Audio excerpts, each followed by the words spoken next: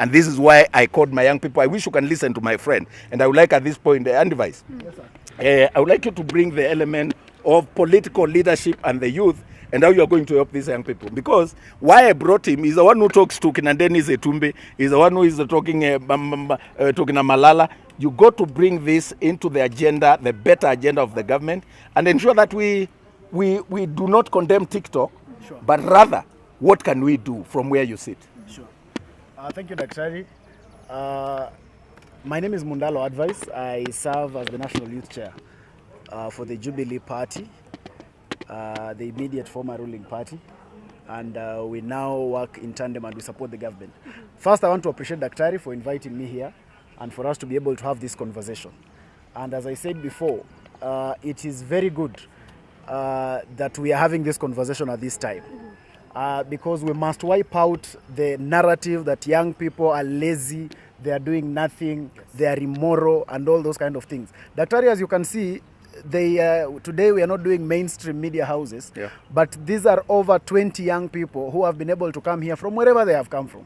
So young people of this country are hardworking, young people of this country are focused, and you cannot use a few elements of young people to judge the entire spectrum of what young people are about. Yes. And two, I want to really appreciate Pastor Kanyari, and I said it before, that we as young people are on the digital space. We are on Facebook, we are on TikTok, we are everywhere. The only way we can be able to get mentorship is when our elders join us and come where we are. They cannot condemn us from the bush and from wherever they are. The CEO cannot condemn young people from his office at MCSK. Yes. Pastor Kanyari has the option to condemn young people from the pulpit and nobody will be listening to us. Yes. Because as young people, we have real problems, we have real challenges that need real solutions. And that's why all these gentlemen here are self-employed today. Because they are doing something about their life. They have taken initiative to put bread on their table from their own perspective. So one, I appreciate Pastor Kanyari for joining the young people on TikTok. Because it's until you join us that then you can be able to listen to us. You can then be able to understand us. Yes. Now Pastor Kanyari can understand the perspective of young people. And I've been sharing with him and he's been telling me so many things that he has learned today that he didn't know. And now he has a better perspective. Now young people have someone they can go to. When they see that Dr. Ezekiel Mutua on TikTok, now they can inbox him about their problems.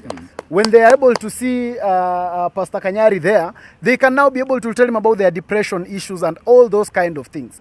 But if our elders run away from us, then we have no solution. So Pastor Kanyari, for me, it's an appreciation that first of all, you came there.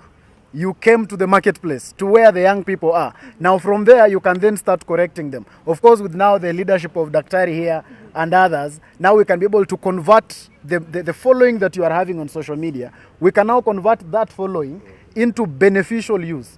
Because I'm a youth leader in Kenya, but I'm not as followed as you. You can even see your young people here. All they want to listen to is you and Daktari. Yeah. So we are the youth leaders in the country. But we also appreciate the reality that our leaders and you people have sometimes you have something you can tell the young people that we do not even have. Because some of us, for us to make sense, we come and sit with you, then we disseminate.